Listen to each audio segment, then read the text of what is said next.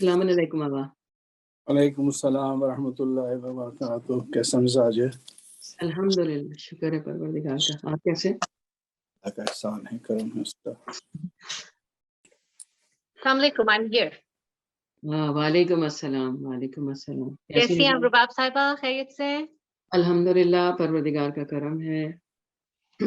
Good to see you. اور باقی سب کو بھی خوش آمدید. آئی ہوپ فرحین یہاں پر آلریڈی موجود ہیں. انہوں نے میٹنگ سٹارٹ کی ہوگی. السلام علیکم. یس آئی ایم ہیئر. میں یہاں پر ہوں. Yes, السلام علیکم مولانا صاحب، رباب، ندا. السلام علیکم. بہت شکریہ، بہت شکریہ فرین آپ کا. نہیں، اور اس میں بار بار شکریہ. شکریہ، اور بار بار شکریہ. بار بار کنٹینیوسلی شکریہ. ان تمام کاموں کے علاوہ آئی ایم آئی کا جو لیٹسٹ وینچر ہے وہ I am I dream project ہے. آپ میں سے بہت سارے لوگ موجود تھے چند ہفتے پہلے جہاں پہ علم مولانا عباس کی علم کشائی کی گئی تھی زمین پہ.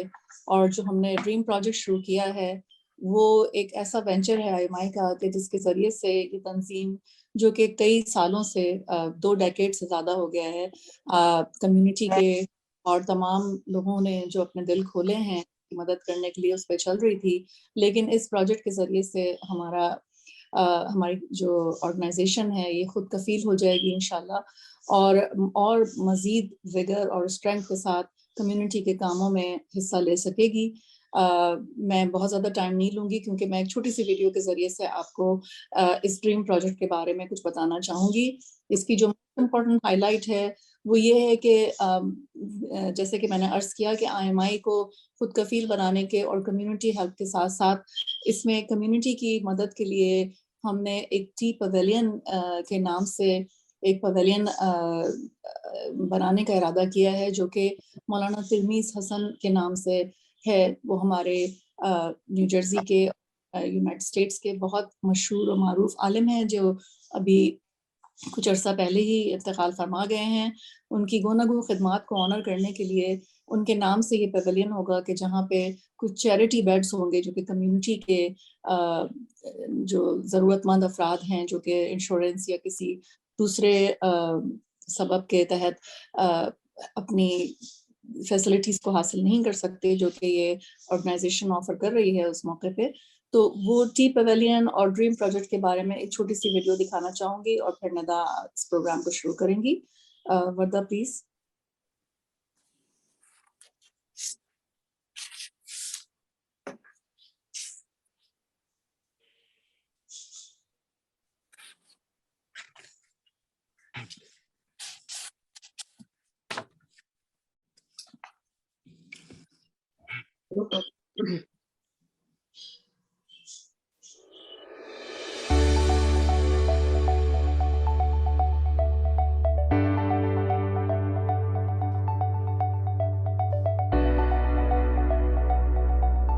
کسی بھی کمیونٹی کی صحت کا راز اس کے افراد کی صحت میں مضمر ہے.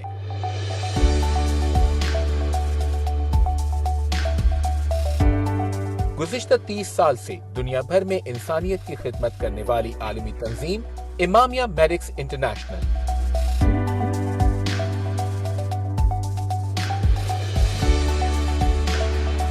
اب پاکستان میں مستحق اور سفید پوش افراد کے علاج کے لیے ایک اہم قدم اٹھانے جا رہی ہے.